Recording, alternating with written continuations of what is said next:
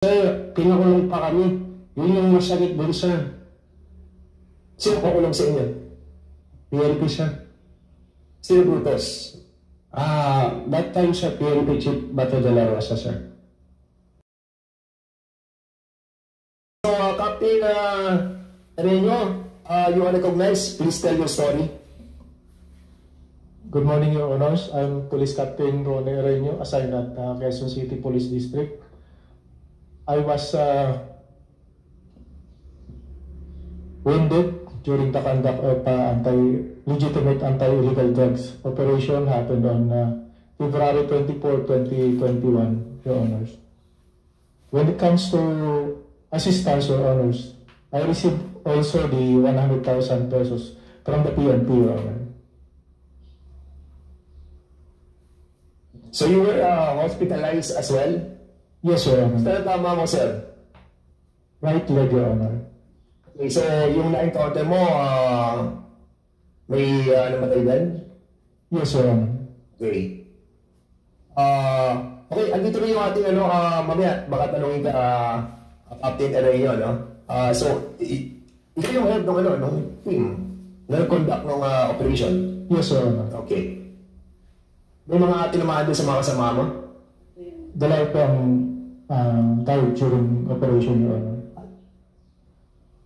Namatay yung dalawa? Yes, Your Honor. So yung dun sa bila, ilan na namatay? Bali tatlo, Your Honor. So dalawang patay sila, tatlong patay sa kanila? Yes, Your Honor. Wounded siya. So andito rin po si Miss na itong na-dismiss, si PO1 Marco Almario. Kasama rin po natin si PO1 Marco Almario. Ano namang reason bakit ka na-dismiss sa kaso mo? Sa servisyo? Anong rango mo at saan ka naka-station before? Please. Good morning. Good morning, Your Honor. I am ex-police officer 1 Marco Almario from Region 3, Zambales, PPO po. Masinloc Police Station. Victims po ako, Your Honor, kasi ginawa pa akong SBT ng aking pong naging hepe. Inaresto po niya ako sa station namin. Then, possible po, pinunta niya ako sa prison cell. Then, after 2 hours... Sino ang maresto sa'yo? Yung chief of police ko po, Lieutenant Police Major Nelson Ballesteros de la Cruz. So, inaresto ka sa police station ko. So, ano ang naging kaso mo during that time? Yung po, tinaniman po niya ako ng illegal drugs at saka baril po, Your Honor. So, nagtanim ng yung akusasyon na allegedly nagtanim sa'yo at doon ka na-dismiss sa kaso ngayon? Opo, Your Honor. Nakalista ka ba doon sa drug list? Wala po, Your Honor. Okay, so wala ka sa drug list? Wala po. So, ongoing pa rin ba kaso mo until now? Nag-type po ako ng memorandum of appeal sa Your Honor, nasa DILG na po. Yung criminal case, meron? Meron po, Your Honor, pero dismiss po, Your Honor. Yung criminal case, dismiss. Opo, Your Honor. So, yung administrative mo, these are the cases that we have to look into again, Kasi itong mga ganito nga, kailangan po natin ng validation if indeed, yung kanilang mga kaso was totoo, di ba? At nakakaawa, Kung totoo, sinasabi mo, talaga nakakaawa. Pero kung nagsisinungaling ka, siyempre nakakamuhi yan, di ba? But I think the CIDG, the PNP, NAPOLCOM, IAS, they have to look into these cases, no? Mr. Chair? Yeah, Congressman Richard Gomez, please. If I may say, yung karamihan sa mga administrative cases ng mga police, ang nagpa-file nun yung mismong mga drug puzzle, mga drug lord. Kasi na-install mo yung business nila in line of good duty habang ginagawa ng trabaho nila. So yun, pag tinignan nila yung mga court cases, marami nagpa-file yung kalaban pa ng pulis. Siyempre, kalaban ng pulis is either drug pushers. At the problem, wala silang... Ang problema ng mga pulis, wala silang laban sa kaso. Mahalang abogado. Most of the time, retired na sila, ongoing pa rin yung kaso nila. Ito, in his case, ano siya dismiss ka no? Once di ba? Once na meron na nakapile na kaso, talagang hindi sila sumusweldo, di ba? O once na nakapile na kasos against them, tanggal na sila. Suspended, preventive suspension. But wala na yung benepisyo nila. Wala na yung... Sige, once the decision na becomes final ng secretary, sir, then i-stop, sir, yung accusation nila. At sir sila, forfeited, sir, din yung mga benefits ko nila, sir. Okay, so very short, yung grado ka pa ba, ano? Wala ka na, di ba? Hindi na po yun, no? Hindi na, no? Okay. Yes, Mr. Chair, yung decision will be decision of IAS, decision of NAPOLCOM, ano yung decision ba, Mr. Chair? General Pardo. At least kasi yan, at IAS o kaya NAPOLCOM. Sir,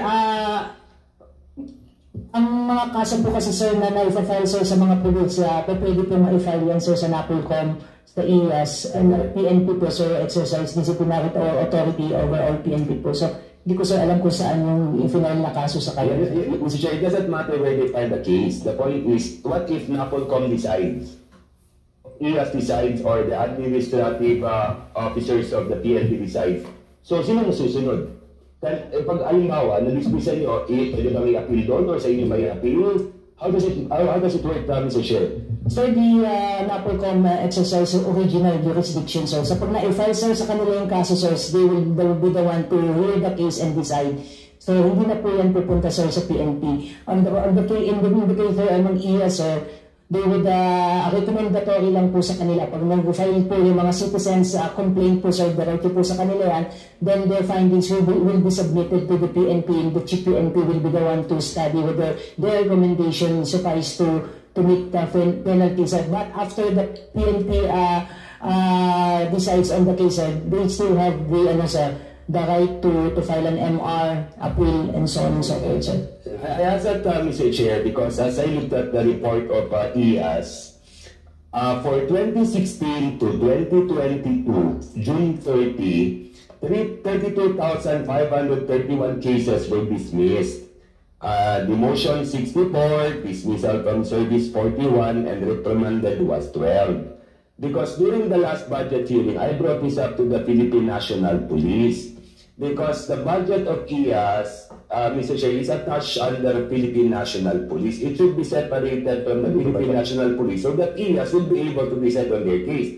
Halimbawa, on the other side of the story, Mr. Chair, ito talaga, may ginawang police, may ginawang kalokohan, nakitaan ng ebidensya at saka dinismiss ng IAS. Ang problema kasi, IAS must refer to the PNP chief kung papayag. Kung baka ng PNP chief, hindi rin matanggal. So sayang yung effort ng taga-IAS. So I was thinking, Mr. Chair, if IAS will be able to help me, I know, Mr. Chair, na ang laki na hihingin, so that we will be able to separate their budget from the Philippine National Police, Mr. Chair. Okay, you need a reply for that? I will reply from the IAS, Mr. Chair. IAS, please. And then we'll be proceeding po sa mga na-dismiss na mga officers of the PNP organization. Sige, IAS, please. Una-una po, Mr. Chair, salamat po kay Congressman Yamano sa suporta po niya sa IAS. Tama po yung sinabi niya na siyempre po, may po kung magkaroon din po kami ng sarili namin pondo. Sapagkat para lang po mas malinaw po yung pag-ugnayan po ng IAS at ng NAPOLCOM. Yung IAS po kasi binigyan po kasi sa batas doong kapangyarihan na magkaroon po ng tinatawag ng motu proprio investigation. Ibig sabihin po ito, at wala po mag-complain po sa amin, hindi po katulad sa NAPOLCOM, kaya po kasi nila ng complainant. Sa amin po, ang trabaho po namin, kahit wala po mag-complain, pero pong limang pagkakataon sa batas na kailangan po namin imbestigahan. Yun po yung rason kung bakit po doon sa drug war ay nagkaroon po ng investigasyon na tinatawag pong motu proprio automatic na nakasagutan po ng around 32,000 803 police personnel. Yun po ang rason kung bakit po sila naimbestigahan po lahat. Sapagkat yung power po namin, Wait, attorney, 32,000. opo, sapagkat Chair, Mr. Chair, yung pong bawat police operation, hindi na naman po isang police po ang kasama po dyan. So lahat yung 32,000 na nakasuha din? May automatic administrative investigation case po lahat yan, sapagkat yung po sangayon sa batas po yun eh. Okay. Ito po yung mga may namatay po. Ito po yung may victim, namatay, or nagpaputok ng baril. Automatic po, inibestigahan po na. In other words, 32,000 were involved in the administrative cases. Sila po ang sama sa administrative case. At tama naman po yung sinabi po ni Congressman Imano na kami po ay nag-iimbestiga po ng hiwalay po para matingnan po namin kung ano po ba nangyari doon sa operation na yan. At tama naman po sinasabi ng mga ibang kasama ko po na sa PNP po na meron din po naman talaga na nasasabit po lamang sapagkat siyempre po dahil po sa kaso nga po na hinaharap nila kailangan po silang maimbestigahan po at nahihirapan po yung mga kasama namin kuminsan na kumuha din po ng tulong po na legal sapagkat siyempre po sa kahit po administrative case kailangan din po ng legal representation po sana. So yun din po, tama po yung kanilang paliwanag po at kami naman po sa ESI handa po kami tumulong sa opisina po ni Congressman Imano para po maabigyan po ng mas maganda pong paglilinaw yung aming pong mandato at pagsagawa ng aming mandato. Maraming salamat po, Mr. Chair. Mr. Chair, Congressman Goma, please. in addition to what Attorney Dulay said and to our colleague Congressman Imano, aside from being independent, I think what is more important here is that when they come up with a decision, dapat hindi na ito dumadaan sa highest officer ng agency. Correct? Kasi pag dumampot sa highest officer ng agency, ang bata niya imbestigahan doon, tapos na yun, sayang na lang yung gagawin nila. So the decision will have to be independent as well. Okay, so proceed tayo muna sa mga natin na dismiss pa. Si Mr. Sunny Reyes, Mr. Sunny Reyes, ano pong position nyo? Patrolman. Patrolman po. So, bakit po kayo na-dismiss? Mike po, Mike. Ginasuhan po ako ng station level po. Ano nga pong ikinaso sa inyo? Bali, ang drugs, tsaka baril po, tinawag na po nila ako. Ano po? Drugs po, tsaka baril po. At yung nag-shoulder, no, lahat ng gasa sa kaso niya. Opo. Ang totoo po niyan, sir, yung pangyari po yun, yung po nagpapanggap na police po doon sa huling lamay po ng kapitbahay namin. Ngayon po, tinulungan ko yan po, tinignan ko po kung totoo po ang police yun. Ngayon, ang nakaharap ko po, hindi ko po luwag police yun, kaya tulong-tulungan ng mga kapitbahay namin. Ngayon, nagpatawag po ako ng assistant ng police. At dumating po yung PO2 Bungato at yung PO1 Luminos. Tinanong-over ko po sa kanila. At ang sabi sa akin po, sumunod daw po ako sa presinto para mapagsampa ng kaso.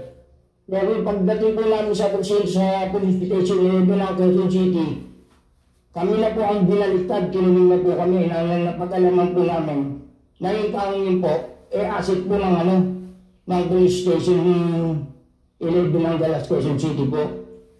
Ang masakit po nga po yan, pati po yung mga anak ko, binamay po nila. Apat po kami nakulong na mag-ama. Na sinasabi nila yung acid daw po yun, binaliktad kami, na hinold up po daw po namin doon sa aming lugar. Ginawa po nila ako ng senaryo. Okay, alright. So, nakulong po kayo noong 2016, 2017, gano'n? 2017 po. 2017. Opo. Ha? Things was filed against you. Opo. Sino nag-file? Bali yung station 11 po. Oh, yung police. Opo. Na sinasabi mo na tinaniman po nila ako. Okay, hinamay pa po yung mga anak ko. Pinakulong din po nila. Kasama po kami nakulong ng mga anak ko. ilan ang anak mo na nakulong with you? Tatlo po. So, 4 pinakakulong. Opo. Sige na, yung kinasuhan naman po sila ng robbery hold up po. Yung pinagi sa kanila. During all this time na nakakulong po kayo, with all these allegations that you have mentioned, lahat ng mga ginastos nyo sa kaso ay sagot po ninyo. Opo. Sige po. Pero kung na-dismiss na lang naman po lahat ng tinatong nila sa aking kaso, Administrative. Administrative po ako. Administrative po, doon po ako na-dismiss po.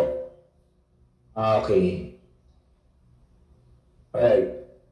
So yung criminal, dismiss. Opo.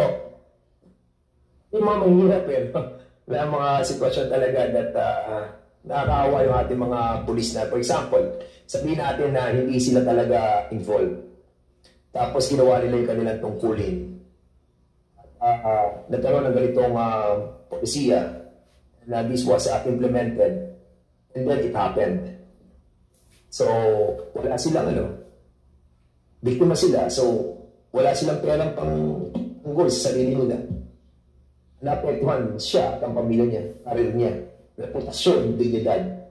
Yun ang nakakalungkot sa nangyari sa atin. But,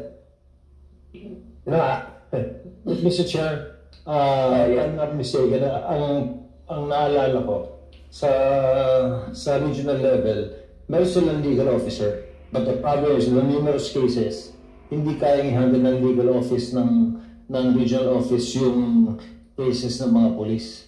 I think what is important, I think what we need to do, Mr. Chair, is to augment funding, to augment yung lawyers sa legal office nila to handle cases para matulungan yung mga police. Problema ata, wala kayong gantong PNP, wala tayong budget for this ganito Wala Kanina tinatanong ko kayo kung merong pondo na ginagamit for this kind of cases that kapag na-filean sila, meron ba tayong nire-release? And even giving them legal manpower? Like we mentioned earlier, sir, the PNP legal assistance extended to PNP personnel facing those cases that falls under the service-connected cases only, sir. But if they will be facing a case that is separate or outside of the official performance of their duties, sir, they will be the one to shoulder the legal representation, sir. Tama yun. Kasi this one hindi siya. Kaya nga kanina sabi natin categorize yung mga 195 na natanggal at 390 na may kaso, i-categorize natin para at least alam natin kung sino yung mga tutulungan talaga. Diba? So submit to us, ASAP, para at least alam yung pondo na hinihingi natin kay Speaker for that purpose. Kasi ang pangako sa atin ni Speaker that he will be helping yung mga kasong legitimate during operation and even yung mga na-dismiss will be helping them. But, of course, kailangan legitimate at talagang biktima sila ng war on drugs as well. Sige, Congressman Perhaps, and then we'll be proceeding do sa dalawang victim pa at saka sa pamilya. Okay. Ano lang po, just a short introduction with regards to the legal ng problem in the organization of the PNP. Kasi ganito po, cases filed against police officers in line of duty, dapat police talaga yon. Okay? But, for example, in the case that was mentioned by Reyes, that is not in line of duty. Now, pag wala sa lawyer, doon sa sapaw. Diba? Wala kang lawyer, doon ka sapaw. But, still, kung gusto ko lang balikan yung question of the legal problem, services in the PNP, ang problema kasi, Mr. Chairman, ganito po yun. We have discussed it several times even in the previous congresses. No? Ang problema kasi, for example, if I am a lawyer, instead of entering the services to the PNP, I'd rather apply for the PAO. Kasi mas malaki pong sahod sa PAO kumpara mo sa police na abogado that will be assigned sa IAS. Yan pong reality. Diba? For example, lawyer ka, pumasok ka sa police with all those requirements and qualification, qualified ka na, you have fulfilled all those requirements. What is your rank? Major, di ba? O kapitan. kapitan, di ba? First entry is police captain ka. Now, magkano sahod ng police captain? Ngayon, less than 100,000, di ba? Oh, less than 100,000. But if I am a lawyer, I'd rather apply for the PAO than get the police.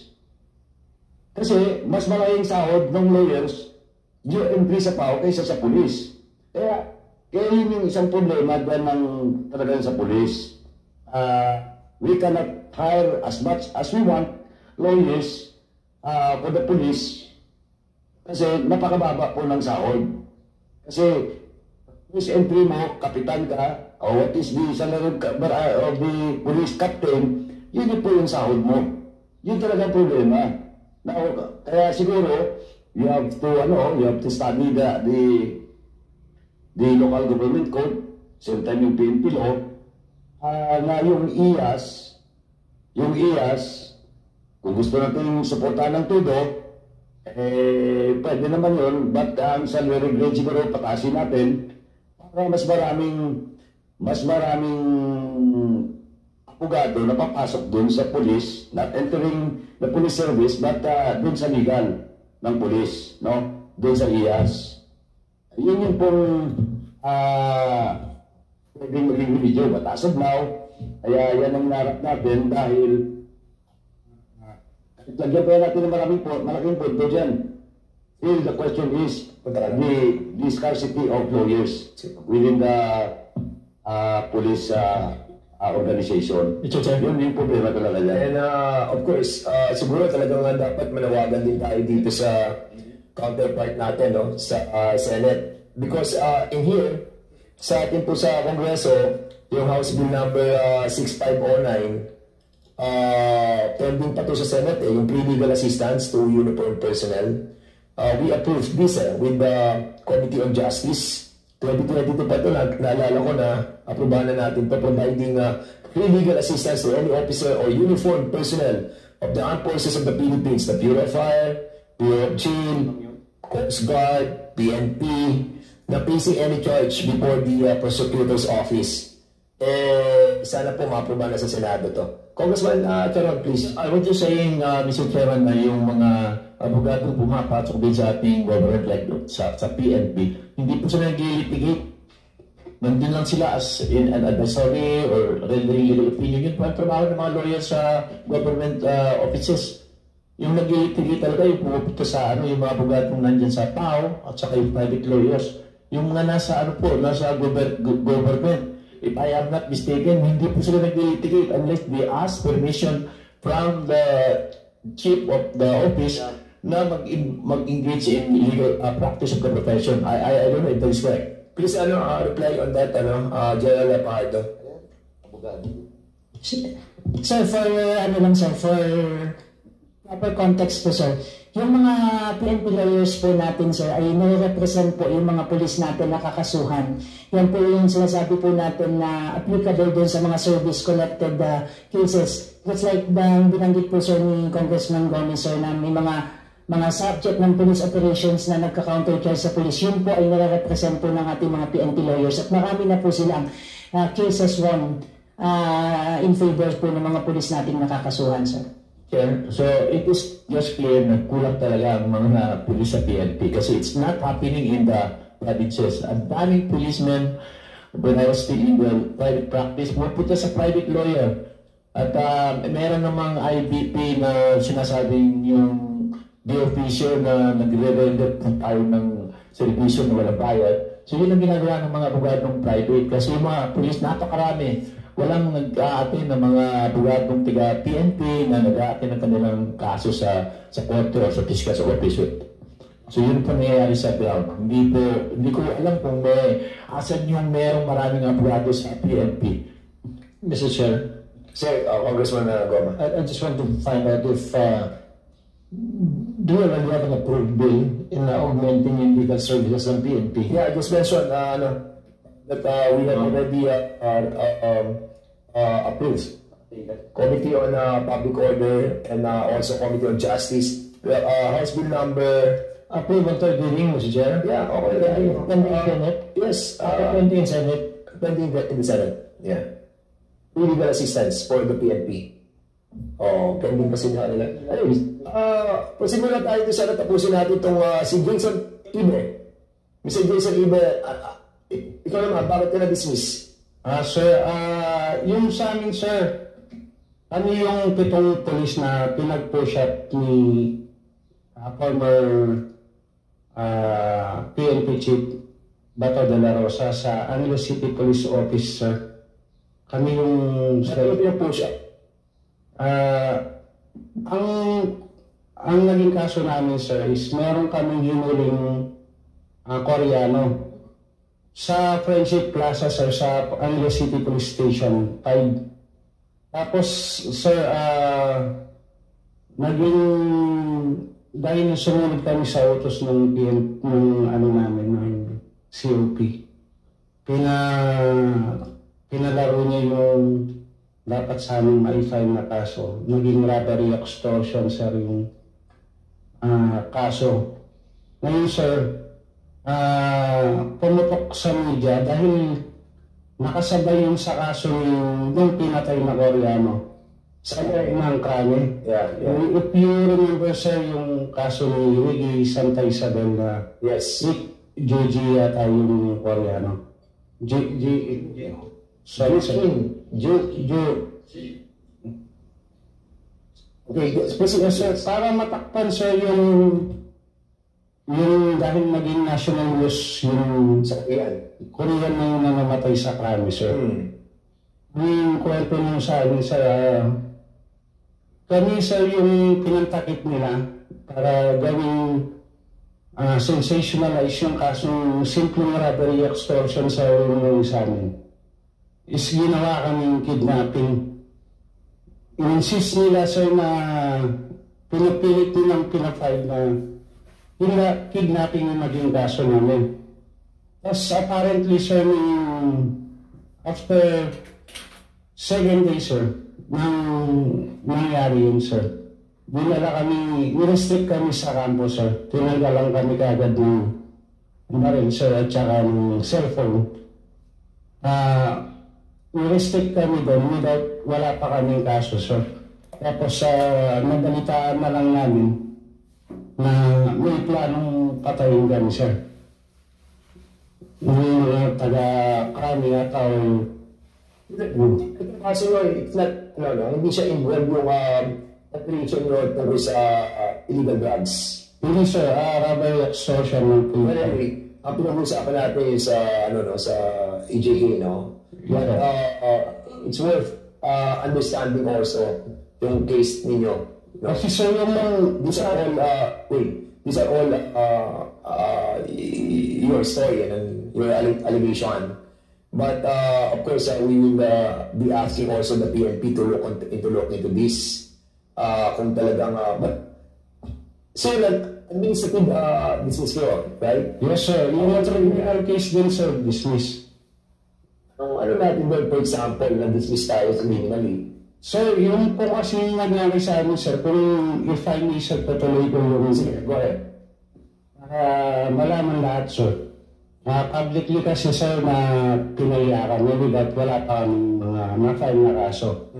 Tapos, sir, lahat ng kaso, lahat ng gastos, sinulday namin, sir, yung pambayad ng abogado. Well, in fact, yung case namin, sir, job-related, work-related po yun. Kaso, walang support sa PNP, sir.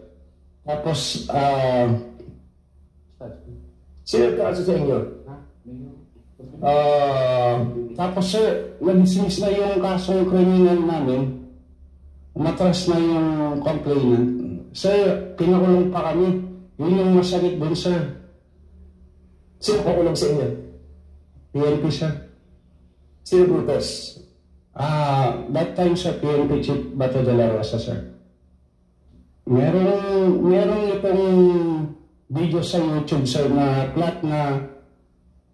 plano kaming patayin, sir, para matakpan yung kaso sa Krami na binulgar ni asawa ni Ricky Santa Isabel, sir, na nakikita pa yun sa YouTube. Gusto siya magpa-interview sa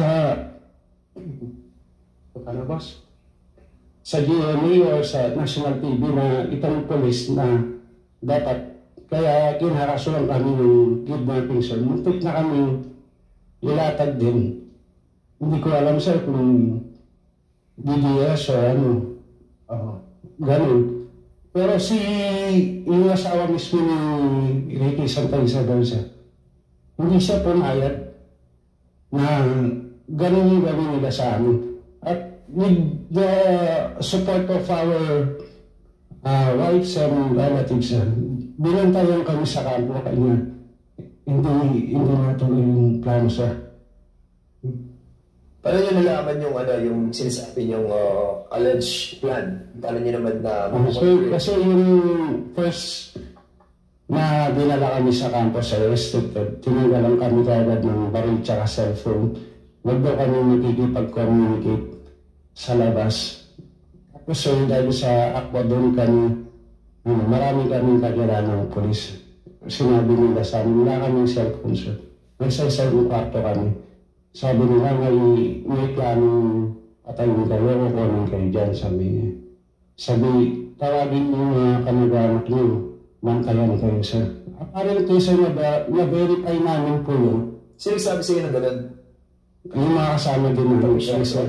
Yes, sir, mga kadikit na namin. Saan area kayo? Manila City Police Officer. Saan? Manila City Police Officer. Can you mention the name of the officer who have... Kung sa executive session, sir, makakailing kami. Or sa affidavit. Yun yung mention na namin. Sige, siguro mag-affidavit ka. Tapos, sir, yung nagpatibay din sa sabi-sabi na yun sa station, sir. Sa campus, sir. Yung asawa ng Ricky Santa Isabel, sir. Sino si Ricky Santa Isabel? Yun po yung suspect na police. Karami, sir, yung sa AIDG na pumatay doon sa Koreano. Okay, let's proceed sa next, si Mr. Richard Agapita. Richard Agapita, can you tell us your, bakit ka dismiss? Sir, good morning po.